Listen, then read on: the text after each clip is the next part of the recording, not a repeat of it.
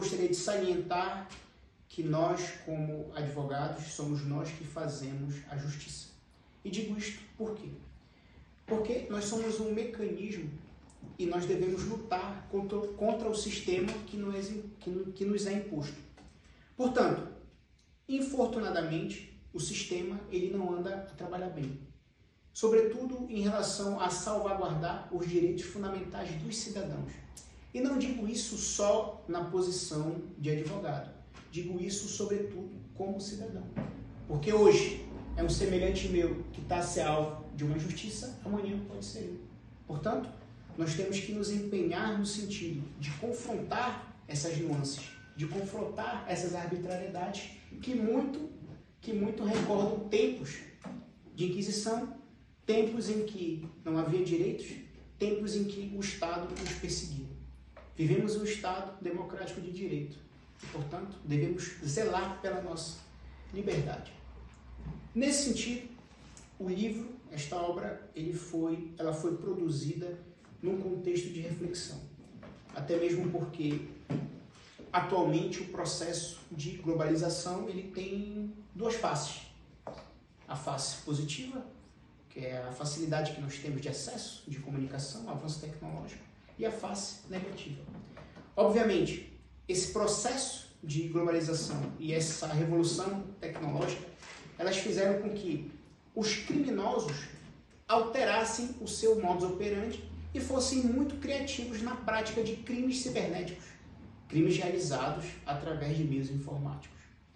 E, obviamente, infelizmente, o nosso legislador não acompanhou essa evolução, justamente porque no ordenamento jurídico português, infelizmente, tanto a questão da cadeia de custódia, quanto em relação às suas consequências relativamente à prova digital, não estão previstas.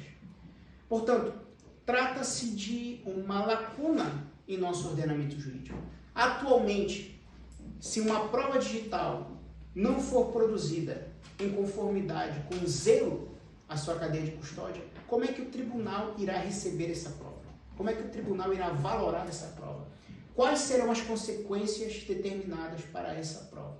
Portanto, atualmente não temos resposta do legislador.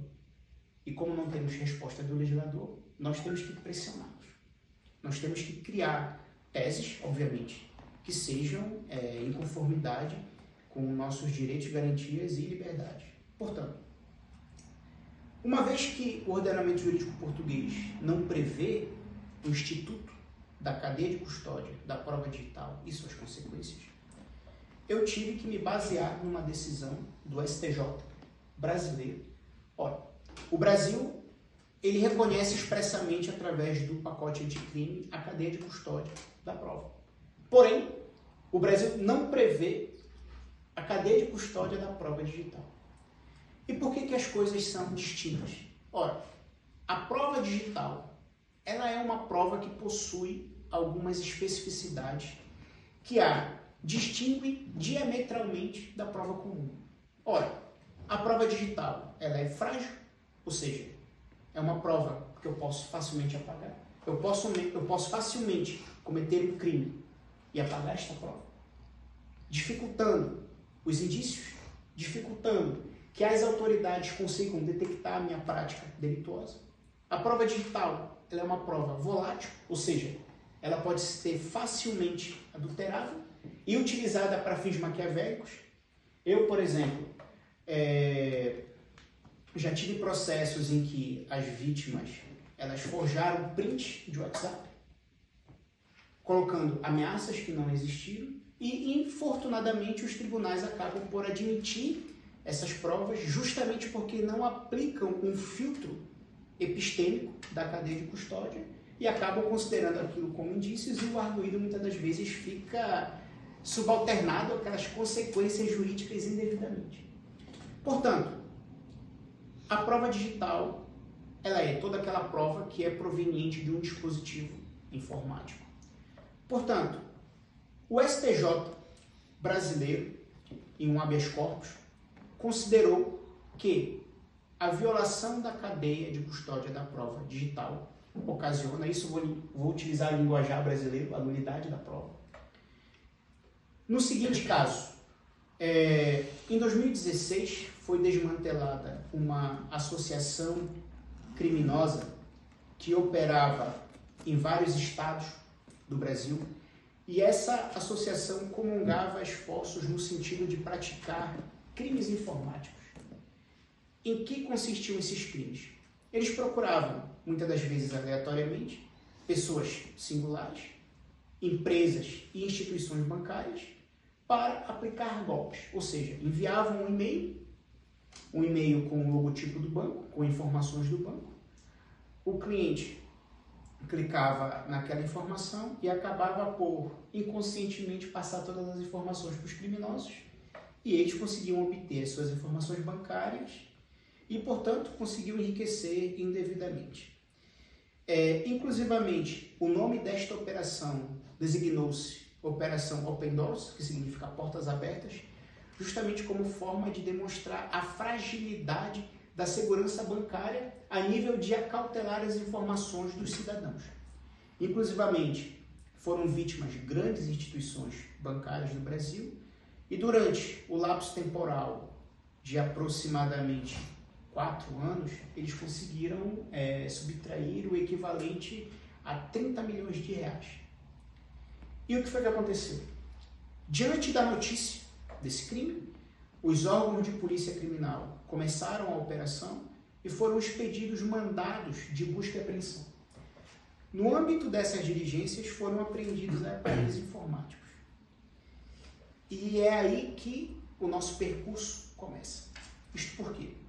No âmbito desta apreensão, e isto nesse processo que eu tive a oportunidade de estudar, as autoridades não conseguem explicar como aconteceu, mas os peritos do banco tiveram acesso aos equipamentos eletrônicos apreendidos antes dos peritos do tribunal. Portanto, os peritos do banco fizeram a perícia, depois fizeram a perícia os peritos do tribunal.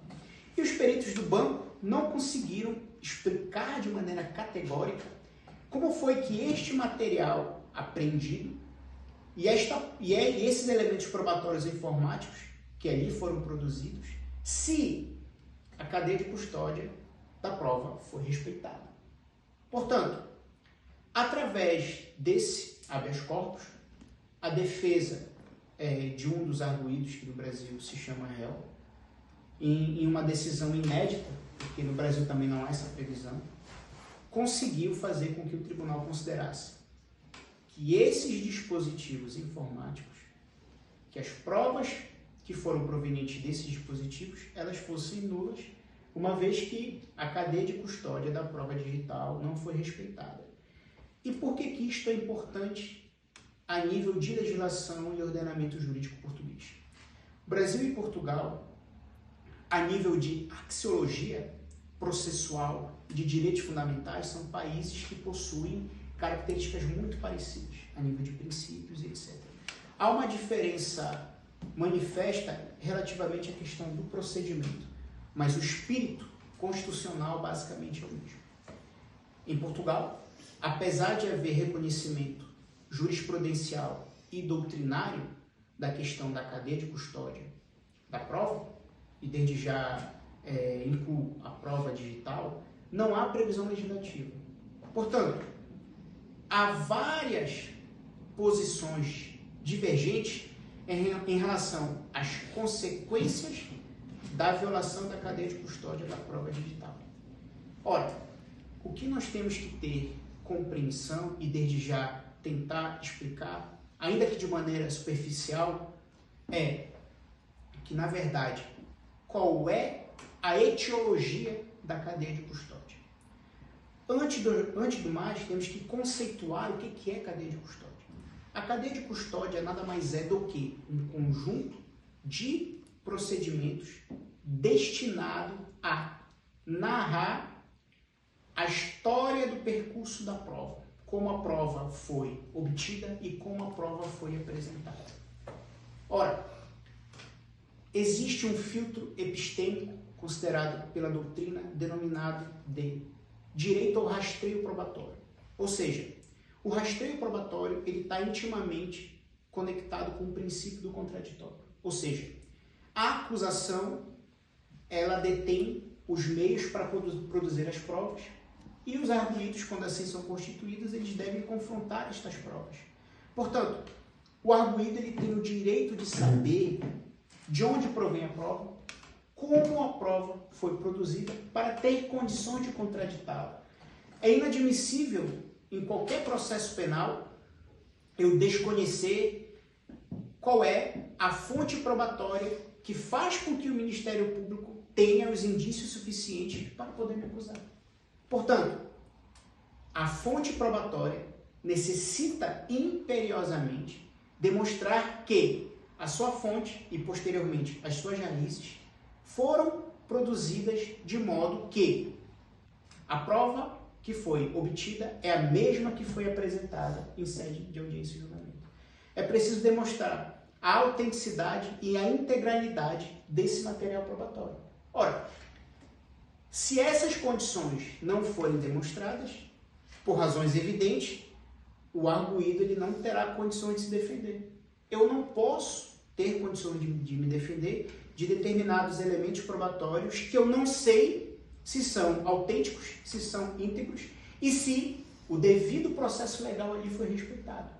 Portanto, a cadeia de custódia da prova, isso falando de modo geral, ela é relevante para demonstrar que a prova que naquela determinada diligência foi obtida é a mesma que foi apresentada em audiência de julgamento. Portanto, o professor Geraldo Prado, ele conceitua um princípio muito interessante, que é o princípio da mesmidade. Ou seja, a prova que é recolhida deve demonstrar que é a mesma que é apresentada em tribunal. Ou seja, vamos imaginar que eu apreendo um telemóvel, desse telemóvel eu extraio conversas e apresento essas conversas em tribunal. A prova digital, como é uma prova facilmente adulterável, como é que o Estado, na qualidade de órgão acusador, e o ônus da prova recai sobre o Estado, vai me demonstrar que aquela prova obtida por aquele equipamento informático é a mesma que ali foi extraída. Ou seja, só há um caminho, epistemologicamente falando, que é o caminho da cadeia de custódia. Ou seja, por força do princípio da presunção de inocência, o arguido, se ele quiser manter uma posição estática no processo, assim ele pode fazer. Isso é um direito que lhe assiste. Portanto, o ônus de provar a culpa é do Estado. E uma vez que esse ônus recai sobre o Estado, os órgãos de fiscalização eles têm a incumbência de demonstrar que aquele material que é apresentado em audiência de julgamento, ele é autêntico. Portanto, a nível de legislação portuguesa, ora, nós temos pleno discernimento de que a verdade material ela não pode ser obtida a qualquer custo. A Constituição limita e demonstra quais são as fronteiras onde o Estado, como órgão persecutório, deve agir. Portanto, há um limite, e esse limite ele recai sobre os nossos direitos fundamentais. Se assim não fosse, ainda iríamos viver sob o palio de uma ditadura. Portanto, as proibições de prova, a sua natureza tutela tanto as limitações em relação à descoberta da verdade material, quanto os nossos direitos fundamentais. Portanto, o Estado ele tem a responsabilidade ética de produzir essas provas de maneira a respeitar os nossos direitos fundamentais. Havendo excessos, havendo abusos, esse material probatório ele não pode ser aproveitado, sob pena de nós estarmos admitindo provas que são ilegais e o Estado comporta-se da mesma forma que o criminoso. Ou seja, a justiça material ela não se busca a qualquer custo. Portanto, a violação da cadeia de custódia de uma prova digital, ela afronta inúmeros direitos fundamentais. O primeiro deles é o contraditório, como já vos disse. Obviamente, eu não tenho condições de me defender de uma prova que eu não sei se é autêntica, que eu não sei